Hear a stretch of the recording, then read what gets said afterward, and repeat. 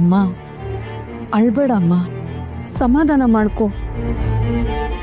ಹೇಗೆ ಸಮಾಧಾನ ಮಾಡ್ಕೊಳ್ಳಿ ಕಡೆ, ಆ ಮಣಿ ನಮ್ಮ ಅದಿತಿನ ಅಯ್ಯೋ.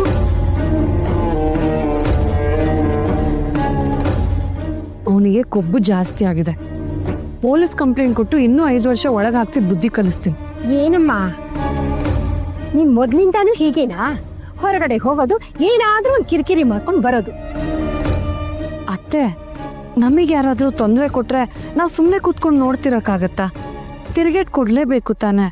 ನಾನು ಅದನ್ನೇ ಮಾಡಿದ್ದು. ಈಗ ಅವನು ವಾಪಸ್ ತಿರುಗಿ ಬಿದ್ನಲ್ಲ, ಸಾಕಾ? ಕೋರ್ಟು ಕಾನೂನು ಇಲ್ವಾ ಅತ್ತೆ? ಅವ್ನು ಏನ್ ಮಾಡ್ಕೊಳಕ್ಕಾಗತ್ತೆ? ನಮ್ಮ ಅದಿತಿ ಸಿಕ್ಕೇ ಸಿಗ್ತಾಳೆ. ಸಿಗೋ ಪ್ರಶ್ನೆ ಅಲ್ಲ. ಒಂದ್ ಇಡೀ ರಾತ್ರಿ ಮನೆ ಹೆಣ್ಮಗು ಹೊರಗಡೆ ಇದ್ದಾಳೆ ಅಂದ್ರೆ ಸಮಾಜ ಏನೇನೋ ಮಾತಾಡ್ಕೊಳತ್ತೆ. ಅಂಥದ್ರಲ್ಲಿ ಯಾವನೋ ಒಬ್ಬ ರೌಡಿ ಕಿಡ್ನಾಪ್ ಮಾಡಿದಾನೆ ಅಂದ್ರೆ ಜಗಿಯೋ ಬೈಗೆ ಎಲೆ ಅಡಿಕೆ ಕೊಟ್ಟ ಹಾಗೆ.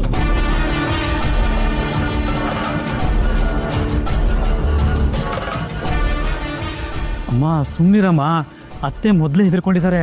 ನಾನು ಹೆದರ್ಕೊಂಡಿದೀನಿ ಕಣೋ. ಇವಳನ್ ಮನೆ ಸೊಸೆ ಮಾಡ್ಕೊಂಡ್ರೆ ಅದ್ ಯಾವ ರೋಡಿಗಳು ನಮ್ಮ ಮನೆಗೆ ಬರ್ತಾರೋ ಏನೋ. ರೀ, ಏನಾದ್ರೂ ಮಾಡ್ರಿ. ಅಪ್ಪ ಬಾ, ಪೊಲೀಸ್ ಕಂಪ್ಲೇಂಟ್ ಕೊಡೋಣ. ಅಯ್ಯೋ, ಪೊಲೀಸ್ ಗಿಳಿಸೆಲ್ಲ ಬೇಡ ಕಡೆ. ಪೊಲೀಸ್ ಕಂಪ್ಲೇಂಟ್ ಕೊಡದೆ ಹೋದ್ರೆ ನಮ್ಮ ಅದಿತಿನ ಹುಡ್ಕೋದು ಹೇಗೆ ಅಮ್ಮ?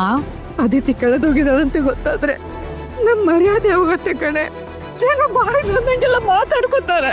ಅತ್ತೆ, ನನಗೆ ಡಿಪಾರ್ಟ್ಮೆಂಟಲ್ಲಿ ಗೊತ್ತಿರೋರಿದ್ದಾರೆ. ಅವರು ಅದಿತಿ ಹೆಸರನ್ನ ಆಚೆ ಬರ್ದೋರಾಗಿ ನೋಡ್ಕೊಳ್ತಾರೆ.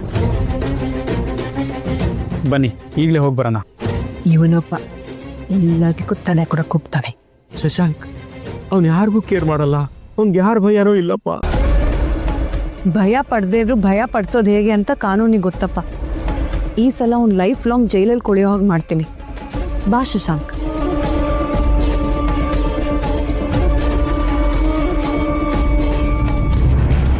ಶಶಾಂಕ್ ಅವರೆಲ್ಲ ಹೋಗ್ಬಿಟ್ಟು ಬರ್ತಾರೆ.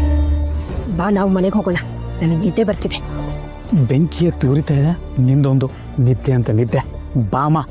ಅಯ್ಯೋ, ಅನ್ನೋ ಹಾಗಿಲ್ಲ, ಅನುಭವಿಸೋ ಹಾಗಿಲ್ಲ.